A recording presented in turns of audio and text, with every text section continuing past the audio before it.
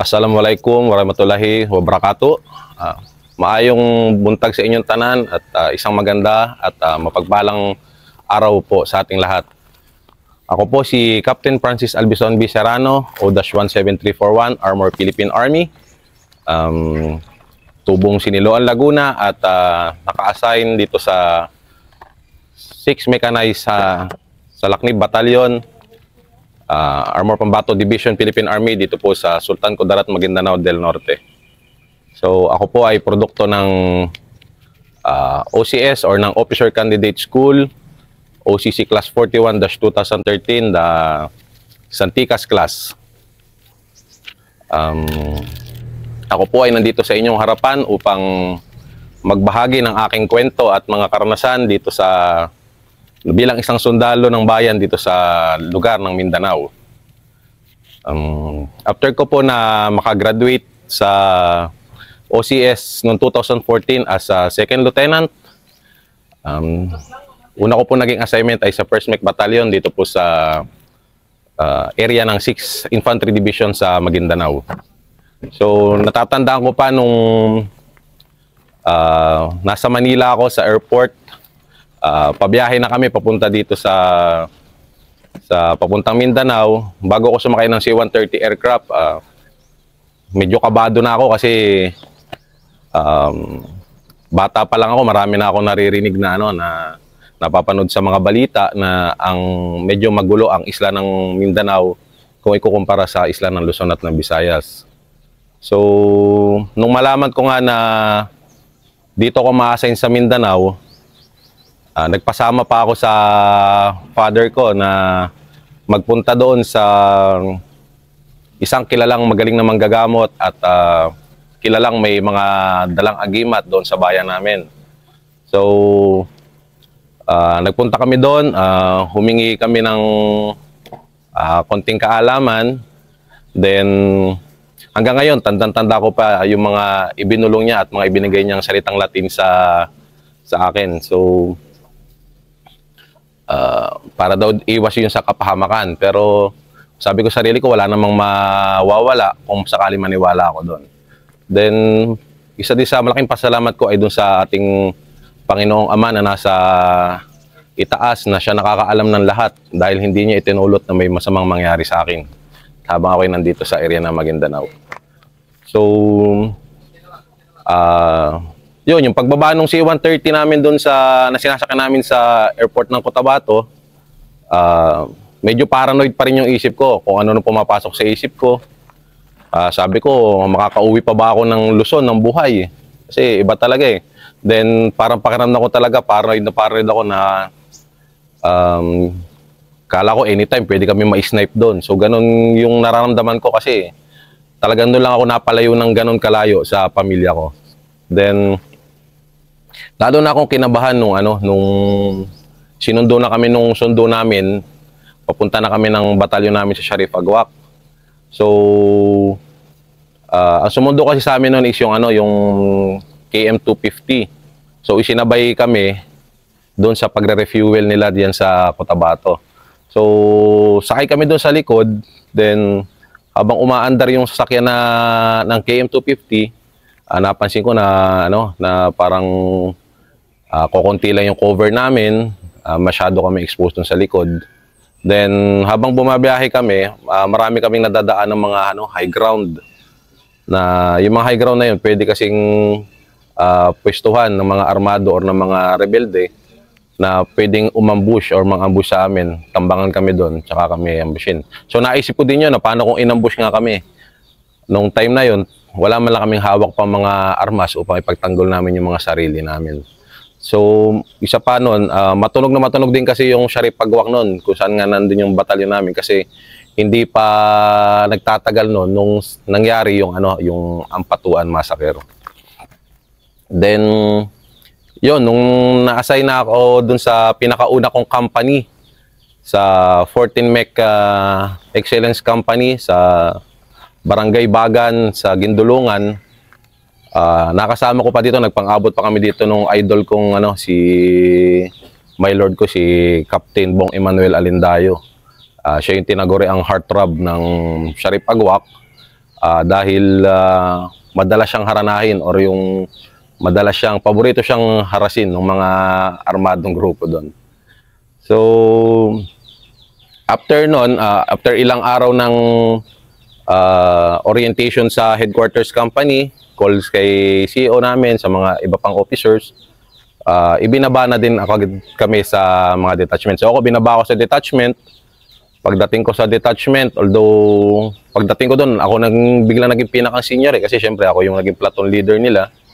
Pero pagdating naman sa kaalaman at sa mga dapat ko pang matutunan sa field, ako yung pinakabata pagdating doon kung yun ang pag-uusapan. So, laking swerte ko na lang din at laking pasasalamat ko kasi nung pagdating ko sa detachment, marami na ako nakasama kagad na mga snappy at saka ma-experiensyadong mga NCOs. So, kahit officer ako, alam ko na marami pa akong dapat malaman. Hindi ako nag-atubiling lumapit, hindi ako natakot, nahiyang magtanong sa kanila. Dahil alam kong mas marami silang nalalaman sa akin pagdating sa field. So, yun, yung time na yun, kasagsagan din nun ng mga operation dito sa tanyag na SPMS box dito sa Maguindanao. So, SPMS box, kaya ito tinang na SPMS box dahil binubuo ito ng 4 na bayan na lugar. Ito yung Salbo, Pagatin, Mamasapano, and Sharif Agwak. So, kaya naman siya box kasi kung titingnan mo siya sa mapa, tila ba bumubuo siya ng isang box or ng isang kahon. So, yun, yung lugar na ito, very notorious to dito sa Maguindanao. Kasi, ito, ano to, pugad to. Ito yung pinamumugaran ng mga rebelde, ng mga terorismo. Nandito din yung gawaan ng mga baril, armas, at saka dito din yung gawaan mismo ng mga bomba. So, bukod pa doon, dito din tumatakbo, o ito yung takbuhan, ito yung safe haven ng mga armadong grupo. Lalo na yung mga kinatatakutan dito na Bangsamoro Islamic Freedom Fighter or yung BIFF, ganon din yung mga ISIS at iba pang armed lawless elements and armed lawless groups. So, tong SPMS box, mostly ano to, marshy areas to. So, kung tawagin namin dito, ito yung pawasan. So, marami ditong mga tubigan. So, napakahirap pasukin itong lugar na ito. Pag nagkakaroon nun ng military operation at doon na tumakbo itong mga kalaban natin, itong mga armado, hirap na ang mga sundalo na masundan pa sila doon. Kasi kinakailangan pa natin na magkaroon ng water assets o yung mga airboat natin, yung mga bangka, para lang masundan sila doon. So, maraming beses nang inoperatan at maraming unit na din ang nagtangka na mag-operate dito. Inoperatan talaga. Pero sad to say, marami din na tropa ang na-wounded at yung iba pa nga is nagbuwis ng buhay dito sa lugar na to. So, yung lugar na yun, very advantage yun sa kalaban kasi kanila yung mastery of terrain eh. So, kahit nakapikit, kahit gabi, kaya nilang gumalaw doon. So, hindi din naman sa pagmamayabang po or pagbubuhat ng aking sariling bangko for my more or less 8 years of assignment dito po sa Mindanao, particularly dito sa area ng Maguindanao, marami na din po ako naging combat experience. So, pero ang pinaka-paborito ko po dito is yung napunta na ako sa 11 Mech Company. Ito din yung kwentong i-share ko sa inyo as my war story. So, from 14 Mech Company ho, nagkaroon ng, after 1 year, nagkaroon ng rotation yung mga platoon leaders ng 1st Mech Battalion. From 14 Mech, na-assign ako sa 12 Mech Viper Company na nakabase po dito noon sa Sitio Kite, Barangay Mapayag, Dato Angalmit, Timbang, Maguindanao. Then, after another year, ito na, yung na-assign naman ulit, nagkaroon ulit ng rotation ng platoon leaders. And dito na po ako na-assign naman sa 11 Mech Company na nakabase naman po sa Tabiran, Dato Odinsinsuat, Maguindanao. So, bilang platoon leader po ng 11 Mech Company, na-deploy ako sa sa headquarters 1st Mech Brigade sa Datu Saudi Ampatuan. So, ang pinakang primary tasking ko po dito is mag-provide ng armor security and armor convoy kay Brigade Commander tuwing aalis siya. Pag aalis siya, kami yung maghahatid. Pag pabalik na siya, kami din naman po yung susundo sa kanya. So, September 17, 2016, ito yung date na hindi ko talaga makakalimutan. Kasi ito pong araw na ito yung kaarawan or birthday ng aking ina. And ito din yung date na bumalik ako galing sa bakasyon ko. So, after kong mag-report sa company CP, pagdating ko doon, konting pahinga lang, kuha ng mga gamit, then diretso ulit deploy na ulit ako sa detachment sa 1st MEC Brigade nga. Naka-opcon kasi kami doon. So, pagdating ko doon sa sa 1st MEC Brigade, ang dala-dala ko doon ay isang mechanized infantry section composed of dalawang wheeled armored vehicles. Ito si Simba Fighting Vehicle Kagrari at si Simba Fighting Vehicle Mactan. So yun, nung pag-report ko doon, pagbalik ko sa detachment, nag-usap kami ng aking platoon sergeant doon. Sabi niya, "Sir, for info, meron tayong tasking mamayang hapon." So sabi ko, ano yun? Sabi lang ni sir, ni S3 Brigade, mag-report ka na lang doon sa. So ganoon na nga, minabuti kong mag-report kay S3 Brigade. Pag-report ko doon, report ako, "Sir, on duty status na ulit po ako." Then query ko na din po kung ano yung activity namin mamayang hapon. So, sabi sa akin ni S3 Brigade, ano yun, Bok? For info, may darating tayong bisita mamaya dito sa brigade. So, prepare kayo for static display. Yun yung sabi niya. Sabi ko, okay, yes sir, copy po. Punta na, balik na ako dun sa barracks namin. So, pagdating ko dun, pinaliwanag ko sa mga kasama ko yung tasking. Sabi ko, ito yung tasking natin mamaya. May darating tayong bisita dito sa brigade. Gagamitin tayo for static display. So, dapat ang damit natin, ang mga uniform natin is yung maayos naman, yung snappy, yung presentable tayong tingnan. Ultimo yung black boots namin nun na pang robo-robo, pinakintab talaga namin. Para talaga snappy kaming tingnan. Kahit nasa malayo ka, makikita mo yung black boots namin, kumikinang-kinang pa yun. So, nung mga alas 2:30 ng hapon, tumawag sa akin si S3 Brigade. Tinanong niya ako, "Bok, ready na ba kayo?" Sabi ko, "Yes sir, ready naman na po kami." Then, mag-proceed na po kami dyan sa harap ng admin building ng 1st MEC Brigade. Then, pagpunta namin doon, mga 2:40, mga 10 minutes after, nag-usap kami ni S3 Brigade. Sabi niya, "Bok, po rin po, hindi na pala matutuloy yung bisita. Pero instead, ano na lang, escortan nyo kami ni Brigade Commander, pupunta kami sa Headquarters 601st Brigade sa Barangay Kamasi, Ampatuan." Sabi ko, "Yes sir, copy po." Mga alas 3 daw. "Yes sir." Nagbibihis lang daw si Brigade Commander. So, may ibig ko sabihin, meron pa kami natitirang mga 20 minutes. So, nung malaman ng tropa, nagpaalam sa akin yung dalawa kong tropa, "Sir, mamaya-maya pa naman, magbalik lang kami ng barak, sir. Mag-CR lang kami mabilis." So, sabi ko, "Sige, bilisan nyo lang. At dapat bago lumabas si Brigade, is nandito na kayo." Then yun nga, nagpaalam sila ang dalawa. Then, wala pang mga 3 minutes siguro, bigla na lumabas si sasakyan ni 1st MEC Brigade. Then sabi sa akin ni S3, "Bok, move na tayo." So, wala na kami nagawa. Hindi ko na din natawag papabalik pa yung dalawa kong kasama. So, nag-move kami. Ineskorta namin sila hanggang sa makarating kami doon sa Barangay Kamasi sa 601st Brigade. Pagdating namin doon, si S3 at si Brigade Commander, dumiretso na sila doon sa conference room.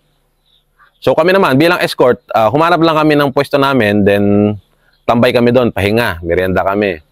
So, mga 15 minutes, tumawag sa akin si S3. Sabi niya, "Bok, isama mo yung dalawa mong driver at yung dalawang squad leader mo. At punta kayo dito sa conference room." Sabi ko, "Yes sir, copy po." So, tinawag ko yung mga tropa ko. Siyempre, nagtatanong kami, "Ba tayo papatawag? Di ba escort tayo?" So, sabi namin, "Sige lang, dahil ano naman pinapupunta tayo doon." So, sumunod na lang kami.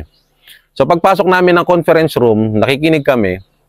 Dumating na dun sa may nakita na lang namin na kasama na pala kami na sa operation. And ang malupit pa dun, hindi lang kami basta kasama. Part kami ng main effort. So, syempre, wala man kami magawa. Hindi din kami makapagreklamo. Tapos, syempre, sundalo tayo, nag-adjust kagad tayo. After natin makapag-adjust, inilagay lang namin sa isip namin na dapat wala tayong magiging reklamo. Dapat we follow orders lang lagi. So, ganun ang naging mindset namin. After ng briefing and some clarifications, okay na. Balik naman kami doon sa pwesto namin. Ibinripping ko naman tong mga tropa ko. So, sinabi ko sa kanila kung paano yung magiging mission, kung paano yung execution. Then, dumating kami doon sa part na in-account ko na sila. So, pag-account ko, tanong ko, ilan tayo lahat? Sabi nila, share. 13 tayo. Wow, sabi ko, wow. Napakaswerte naman na yan. Kasi sa atin, di ba, medyo iba yung pagtingin natin sa number 13. So, operation, pupunta kami, 13 lang kami. 13 kaming galing sa armor. So, bago kami mag-jump off, grabe talaga yung pagdadasal namin. Then, talagang pinaano ko sa mga tropa ko na wag nating gawing wag natin i-take as negative tong number 13 natin na tayong 13. Instead, gawin natin tong paalala sa atin para lalo tayo mag-ingat. Siyempre, 13 tayo, mag-ingat tayo. So, yun ang naging namin. So, yun, na-organize kami. Then, naging kabady namin dito yung isa sa mga idol ko din dito na batalyon dati, yung 57 IB. So, kabady namin dito si 57 IB sa operation na to. And ang naging, ayon doon sa briefing, ang target dito ay isang bahay na nandun yung arm cache, then nasa more or less 10 to 15 na armadong element yun nandun. So, galing doon sa position namin, sa location, mga 30 to 40 minutes yun yung layo ng babiyahihin namin. So, pag-move namin, nag-leading na yung dalawa kong vehicle. Leading yung dalawa kong vehicle, then nakasunod yung tatlong military vehicle ni 57 IB. So, ang critical dito, nung pagpunta namin dun sa area, yung target kasi namin is nasa gitna siya ng bundok.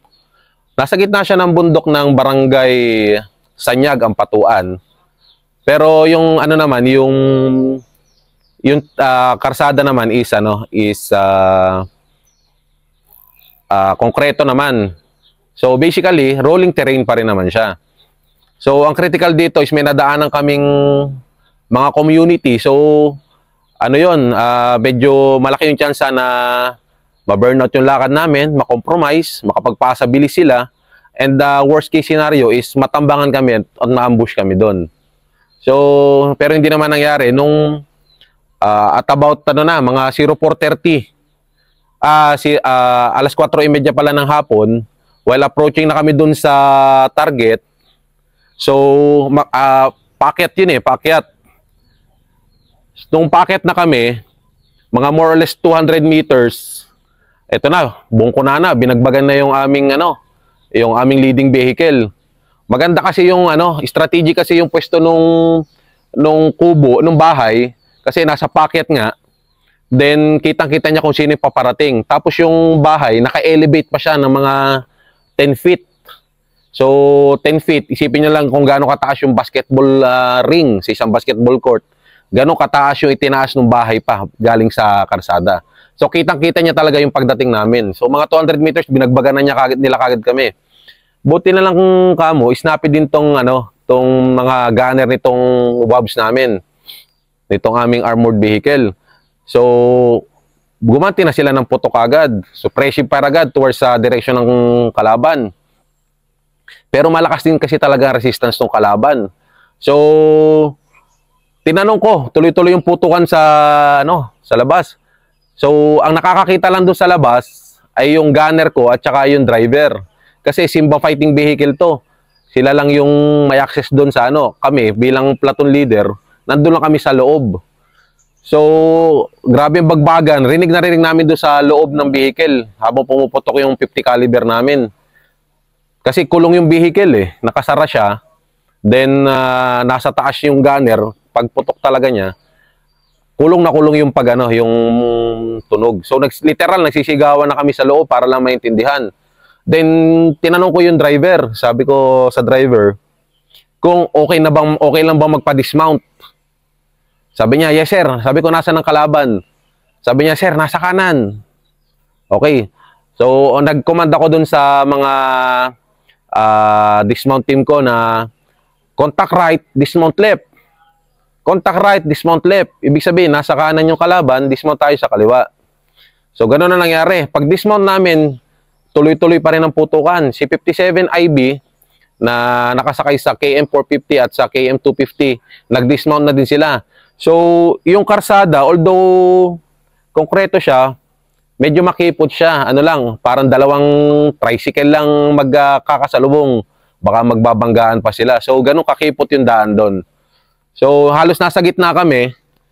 So, lahat na nag-dismount. Nagsisiksikan kami doon sa sa kabilang side ng vehicle. Medyo intense talaga yung firefight dahil kung saan naggagaling yung putok galing sa kalaban, then may mga pumapatak din ng mga M203, bala ng M203 sa mga malalapit na din sa amin. So, sobrang intense nung nung bakbakan na yun talaga. May isang tropa na hindi na siguro kinaya, tumakbo na siya, papasok ng vehicle ulit. At hindi na siya lumabas hanggang sa matapos yung bakbakan. Lumabas na lang siya nung nakababa na kami sa kampo ulit. Then, upon communication ko dun sa officer ng 57 IB, sabi ko, sir, magpo-provide kami ng suppressive fire. Maneuver na kayo, sir. So, gano'n na naging usapan namin. Habang sinusurpress namin ng fire yung kalaban, nag-maneuver naman pakabila yung yung 57 IB para makakuha ng vantage point. Kasi vantage position kasi talagang lugin-lugi kami kasi nasa baba kami. Then sa mga more or less 20 to 25 minutes yung firefight. Ano yun? Walang tigil na firefight yun. Then eventually umatras yung kalaban. Hanggang sa nakuha ng 57 IB yung target namin, although umatras na yung kalaban, papataas ng bundok, pinuputokan pa rin nila kami, papagabi na yun eh. So yun, nakuha ng 57 IB yung target, then yung vehicle, pinaposisyon ko na dito sa may unahan yung isa, para mag-secure. Yung isa naman, pinaproceed ko naman doon sa may likod naman, para secure yung aming gagalawan doon. Then, doon sa labas ng bahay may mga nakasalansan ng mga box. Tapos mataas yung pagkakasalansan niya, may naka-cover pa siya na na makapal na tela yata yun or parang tarapal. Ngayon nung hinila ng tropa yung tarapal, bigla na lang biglang mabilis na apoy, nag-apoy ng mabilis, malaki. Buti na lang pala naapula bigla yung apoy. Kasi kung hindi siya naapula, malamang pare-pares kami sa bugdon. Kasi yung pala nakasalansan ng mga box na yon, nilagyan ng booby trap pa pala ng kalaban yun. Eh kung sumabog yung isang, yung isang box, tuloy-tuloy yung pagsabog. Kasi alaman pala ng mga box na yun is mga original na, na bala ng 81mm mortar. So yung lalo kung sumabog yun, kawawa din yung isang tangke ko na nandun lang sa may tapat niya kasi talagang damay siya doon. Eh, ang dami kasi nun ang daming bala ng 81mm mortar. Then, naapula na yon, punta kami dun pasok kami sa loob ng bahay, kasama ko din yung officer ng 57 IB. Nag-search na, sinearch na yung bahay, may mga na-recover na. High moral na kami, no? Nakita namin na ang dami na nare-recover na, na bala, na mga baril. Then, pagdating namin doon, may nakita kami na isang kwarto na nakapadlock. Nakapadlock talaga siya ng mga kadena pa. So sabi ko doon sa senior officer, sir, hindi ba natin bubuksan to sir? Kasi hindi naman nila to kakandado ng ganito kung wala itong mahalagang laman. So medyo nagdadalawang isip kami dahil yun nga, may booby trap na nga sila nailagay dun sa labas eh. So baka meron pa din doon sa loob. Pero sa pag-uusap namin, yun, nagkasundo kami na buksan na din. Pero nung binubuksan na, sinisira na namin yung pinto, ito na, timing naman yung pagdating ng reinforcement ng kalaban. So alam namin na marami yung nagre-reinforce kasi ang dami ng bala na tumatagos sa loob ng bahay eh. So wala na kami nagawa, talagang labas na kami ng bahay. Paglabas namin ng bahay, madilim na, sobrang dilim na. So nung radyoman ko yung lumabas, nagdire-diretso kami sa sobrang dilim, hindi ko na namalayan na yun na pala yung dulo nung naka-elevate. So mga almost 10 feet, bumagsak ako. Sumunod din yung radyoman ko. Pero personally, hindi ko talaga naramdaman yung kung nasaktan man ako nung time na yon. Kasi ang talaga hinahanap namin, makakuha kami ng cover. Kasi grabe yung burst of fire ng kalaban. Tapos kitang-kita namin na paparating na sila kasi madilim na nga. Kita na din namin yung pag-ilaw ng mga muzzle ng kanilang mga rifle. So, yun. Another 10 minutes of firefight, intense firefight na naman na nangyari. Hanggang sa yung iba, isinisecure na yung mga recover. Then, nung okay na, na-recover na, ilagay na lahat ng recover, nagdesisyon na kami ni CEO ng officer ng 57 IB na pwede na tayo mag-backtrack, sir, sabi ko. Kasi alanganin na kung magtatagal pa tayo dito. Dadami ang reinforcement. So, ganun nga. So, na kami. Pasok na kami. Sakay na kami sa mga vehicle namin. Nag-mount na kami. Then, pagdating ko doon sa loob ng vehicle ko, ako yung nandun sa pinakandulo, in-account kong tropa. Nagkukulang ako na isang tao. Ngayon, sabi ko, niradyuhan ko yung nasa unahan na vehicle. Tinatanong ko kung nandun yung nawawala kong tropa. So hindi sila sumasagot kasi busy din sila sa sa pagganti ng putok doon sa kalaban. Hindi nila siguro narinig yung radyo doon. So niradyohan ko din si 57 IB, sir.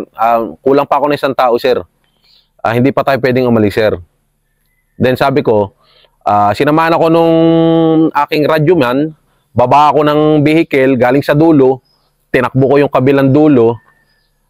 Doon namin nakita yung isa namin nawawalan tropa. Dahil daw madilim at hindi na din niya naligaw na daw siya ng nasakyang vehicle. So, balik na kami doon sa bumalik na ako dito sa dulong vehicle. Then that's the time na nagsignal na din ako doon sa CEO, sa officer ni infantry. Sabi ko, sir, ready to move na tayo, sir. Kompleto na kami, sir. Fully accounted.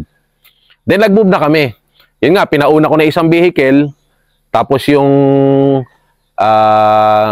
pinauna ko na isang armored vehicle, then vehicle naman ni 57 IB, then last ulit yung armored vehicle. Sabi ko, kahit anong man ang mangyari, meron kaming cover dun sa unahan, yun nga yung isang vehicle. Sa likod, may cover din kami, and meron din mag-provide ng firepower ko sakasakali, kasi 50 caliber naman yung nakamount dito sa aming, sa aming mga vehicle.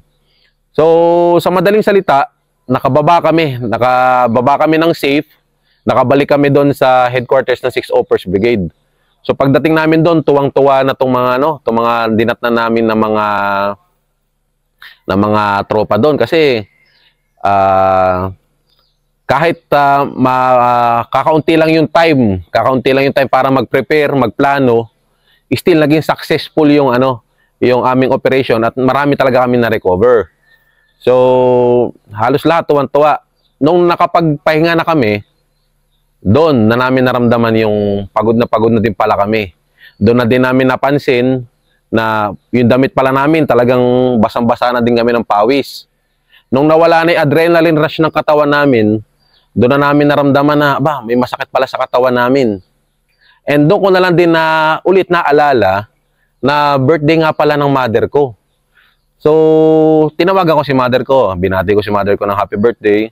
Then sabi sa akin ni mother, nandito nga si mga tita mo, nandito din yung iba kong kaibigan. So may konti silang happy-happy doon. So doon ko na din naisip na paano pala kung na-wounded ako nung araw na yon. Paano pala kung namatay ako nung araw na yon. Imbis na celebrate ng masaya yung mother ko ng birthday niya, baka ano pa sila, magiging malungkot sila at magluluksa. So, laking pasalamat ko talaga sa Panginoon nung panahon na yon, nung oras na yon, dahil lahat kami, kahit isa sa amin ay hindi niya pinabayaan. So, ang mga na-recover namin ay isang M60 machine gun, 4 na Springfield na M14, 2 Elisco na M16 rifle, 2 M203 grenade launcher, isang 12 gauge shotgun, 18 na bala ng 81mm mortar at 60mm mortar. Ito mga original talaga. And then almost 5,000 na, more or less 5,000 na iba't ibang mga magazine. Then almost 5,000 na iba't ibang uri ng bala, assorted ammunition, then 38 na assorted na magazine. Then nakakuha din kami ng subversive documents at saka ng isang handheld radio. So, yan po yung mga na-recover namin during our operation, pagganap namin ng tungkulin namin ng araw na yon. At bukod pa doon sa